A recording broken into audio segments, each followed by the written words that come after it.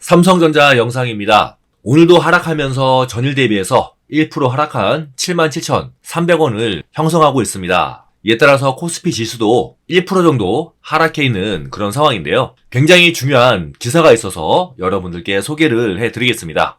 헤럴드 경제에서 오늘 오전 11시 37분에 나온 기사인데요. 제목은 이렇습니다. 젠슨 황이 삼성전자와 하이닉스를 재촉하기 때문에 HBM을 개발하는 데 있어서 삼성과 하이닉스가 서로 경쟁을 하고 있다. 이런 내용인데요. 지난달에 최태원 SK그룹 회장이 젠슨 황 엔비디아 CEO를 만났죠. 여기에서 젠슨 황이 최 회장에게 자기네 제품이 빨리 나올 수 있도록 하이닉스의 R&D를 서둘러 달라 이런 이야기를 했다고 합니다. 현재 HBM은 HBM3E까지 그러니까 5세대까지 양산이 되어 있는 상황이고요. 그 다음 제품 6세대인 4 그리고 4E까지는 현재는 개발을 하고 있는 그런 단계입니다.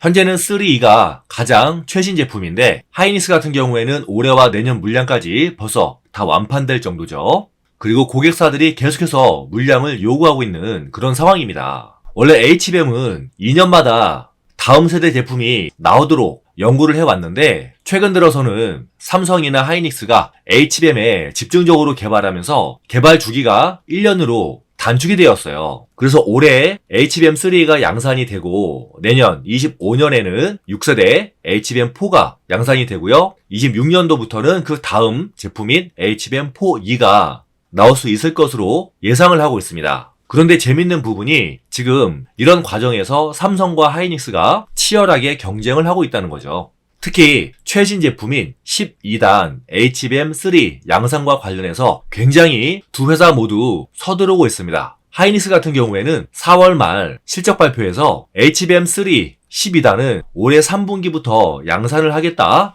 이렇게 발표를 했는데 일주일 뒤에 하이닉스는 바로 이번 5월달부터 샘플을 제공하고 3분기에 양산하겠다 이렇게 밝혔습니다.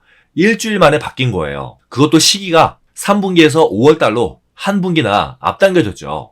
동시에 HBM4도 26년에 양산할 계획이었는데 1년이나 앞당겨서 내년부터 양산하겠다 이렇게 밝혔습니다. 그런데 문제는 HBM을 개발하는데 한계가 있을 수밖에 없어요. 아시는 것처럼 HBM은 D램을 쌓아서 만드는 건데 특정 수 이상으로 넘어가게 되면 기술적인 문제가 발생할 수밖에 없습니다. 하이닉스도 이와 관련해서 20단 이상 쌓게 되면 두께 한계 때문에 완전히 공정을 바꿀 수도 있다고 설명을 했어요. 그래서 현재까지는 12단이 가장 높고요. 이제 지금부터가 중요합니다. 아시는 것처럼 지난 3월에 엔비디아의 GTC 2024 행사에서 삼성전자 부스에 젠슨 황 CEO가 들려서 어프루비라고 승인을 했죠. 그리고 이 자리에서 삼성의 경영진에게 12단 HBM3를 만들 수 있는 것은 삼성전자뿐이다 라고 하면서 큰 기대를 걸고 있다 이렇게 전달했다고 합니다. 그래서인지 하이닉스도 12단에 집중을 했고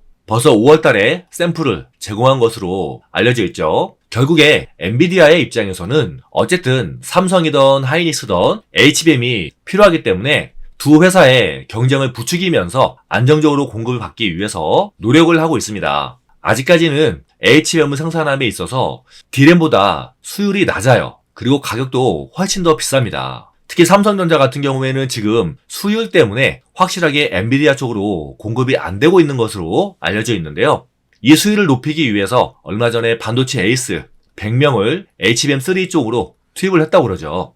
그리고 수율과 관련해서 엔비디아가 불안한 입장을 보여주니까 수율과 관련해서 비용 문제가 생긴다면은 우리가 다 책임지겠다라고 파격적인 제안까지도 했습니다. 다만 아직까지 이와 관련해서 엔비디아가 확실한 결과를 통보해주지 않았기 때문에 지금 삼성전자와 관련해서 불확실성이 생기면서 8만원대 위에서 바로 매도 물량이 나오면서 지금 하락하고 있는 상황이죠. 어느새 주가는 77,400원까지 내려왔습니다. 반대로 경쟁사인 하이닉스는 오늘 1% 하락하기는 했지만 여전히 19만원대 위에 있으면서 신고가를 유지하고 있어요. 하지만 중요한 부분은 삼성전자가 이번 달에 퀄 테스트를 통과하게 되면 두 회사의 주가는 갈리게 되는 거죠. 삼성전자는 상승할 것이고 하이닉스는 내려올 것이고요. 만약에 반대 결과가 나온다면 예를 들어서 퀄 테스트 결과가 혹시 5월 달에도 안 나온다면 하이닉스는 그대로 상승세를 유지할 것이고 삼성전자는 실망 매물이 나오면서 하락할 수밖에 없습니다. 한편 이제 다음 주 5월 22일에 엔비디아의 실적 발표가 있어요. 여기에서 엔비디아가 삼성과 관련해서 어떤 이야기를 하느냐, 이 부분이 굉장히 중요한데요.